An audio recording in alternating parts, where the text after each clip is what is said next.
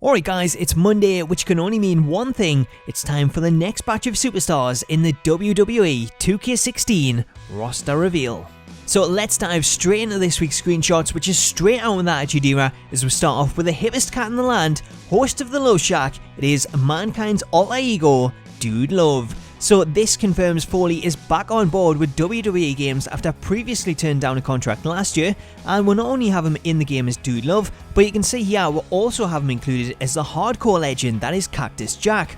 So this is great news to me, as I'm a big Foley fan and I can't wait to see what part he plays in the showcase mode, as all this week's superstars seem to be in relation to the 2K showcase that's centered around Stone Cold Steve Austin, with this screenshot and the previous one also confirm the classic Raws War Arena in the background. As we move on, we'll have none other than the best there is, the best there was, and the best there ever will be, with Bret the Hitman Hart. So Bret's model looks absolutely amazing, the face is perfectly done, it looks really spot on to me. We also get a glimpse of him in his trademark glasses in this next screenshot that's taken during the entrance, and that also shows off his leather jacket and what looks to be a heart-shaped spotlight in the crowd behind him.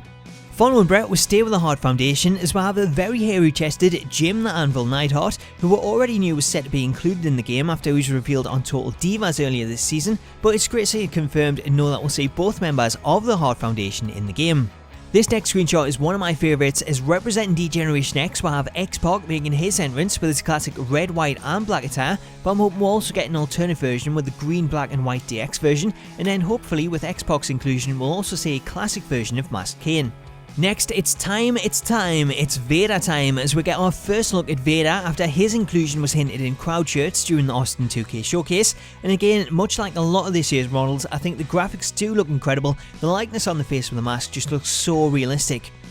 Next up, he did it for The Rock, he did it for the people, it's Rikishi with this classic Raws War banner hanging in the background. So Rikishi is in the game, and his inclusion sees him involved in the Austin 2K showcase in relation to who ran over Stone Cold, although at present there's no mention of fellow Too Cool members Scotty 2 Hotty and Grandmaster Sexy.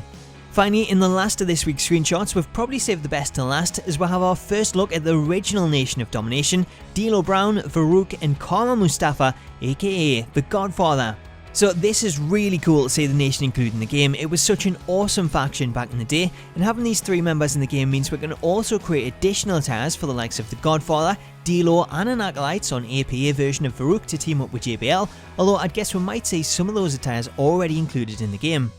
Joining these three members to complete the Nation, we've already got both The Rock and Mark Henry confirmed, so it'll be interesting to see if D'Lo and Henry are paired up as a tag team in the game, and what we see from The Rock during his time in the Nation, and whether the showcase covers the power struggle between him and Farouk.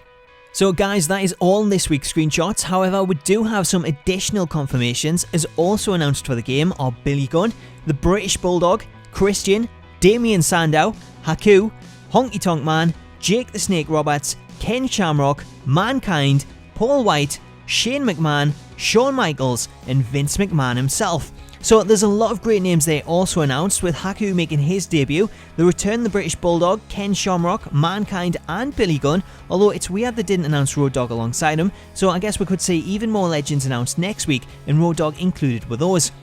It's also cool to see both Vince and Shane playable after Vince wasn't playable last year, but guys, let me know your thoughts on this week's roster reveal and the screenshots, which I'll leave a link to in the video description. But until next time, I'll catch you later.